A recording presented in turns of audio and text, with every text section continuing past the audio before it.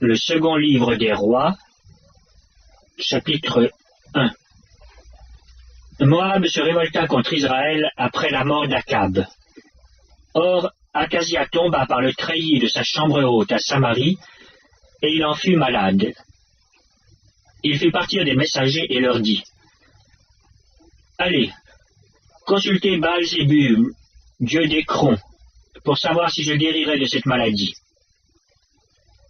Mais l'ange de l'Éternel dit à Élie, le Tishbite : Lève-toi, monte à la rencontre des messagers du roi de Samarie et dis-leur : Est-ce parce qu'il n'y a point de Dieu en Israël que vous allez consulter Baal-Zébub, dieu d'Écron ?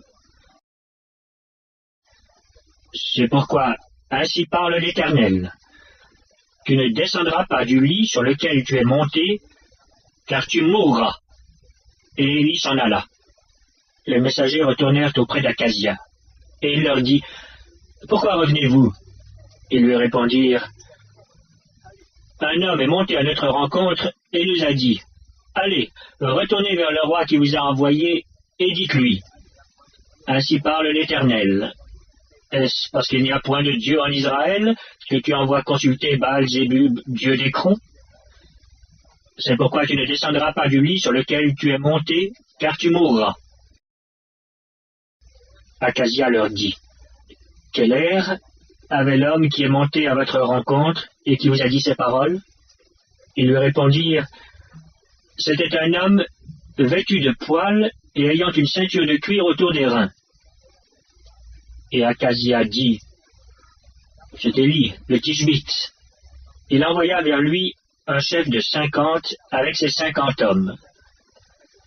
Ce chef monta auprès d'Élie, qui était assis sur le sommet de la montagne, et il lui dit : Homme de Dieu, le roi a dit : Descends.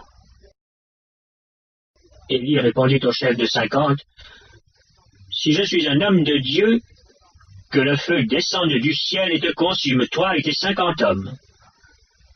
Et le feu descendit du ciel et le consuma, lui et ses 50 hommes.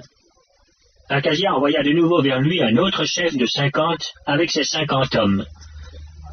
Ce chef prit la parole et dit à Élie : Homme de Dieu, ainsi a dit le roi, hâte-toi de descendre. Élie leur répondit : Si je suis un homme de Dieu, que le feu descende du ciel et te consume, toi et tes 50 hommes. Et le feu de Dieu descendit du ciel et le consuma, lui et ses 50 hommes. Akazia envoya de nouveau un troisième chef de 50 avec ses 50 hommes. Ce troisième chef de 50 monta. Et à son arrivée, il fléchit les genoux devant Élie et lui dit, en suppliant : Homme de Dieu, que ma vie, je te prie, et que la vie de ces 50 hommes, tes serviteurs, soit précieuse à tes yeux. Voici, le feu est descendu du ciel et a consumé les deux premiers chefs de 50 et leurs 50 hommes. Mais maintenant, que ma vie soit précieuse à tes yeux. L'ange de l'Éternel dit à Élie : Descends avec lui, n'aie aucune crainte de lui.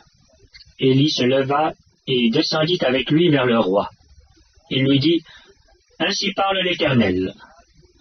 Parce que tu as envoyé des messagers pour consulter Baal-Zébub, dieu d'Écron, comme s'il n'y avait en Israël point de Dieu dont on puisse consulter la parole, tu ne descendras pas du lit sur lequel tu es monté, car tu mourras.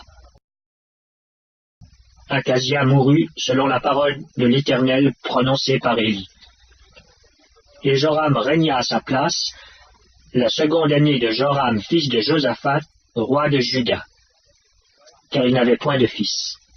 Le reste des actions d'Akazia et ce qu'il a fait, cela n'est-il pas écrit dans le livre des chroniques des rois d'Israël ?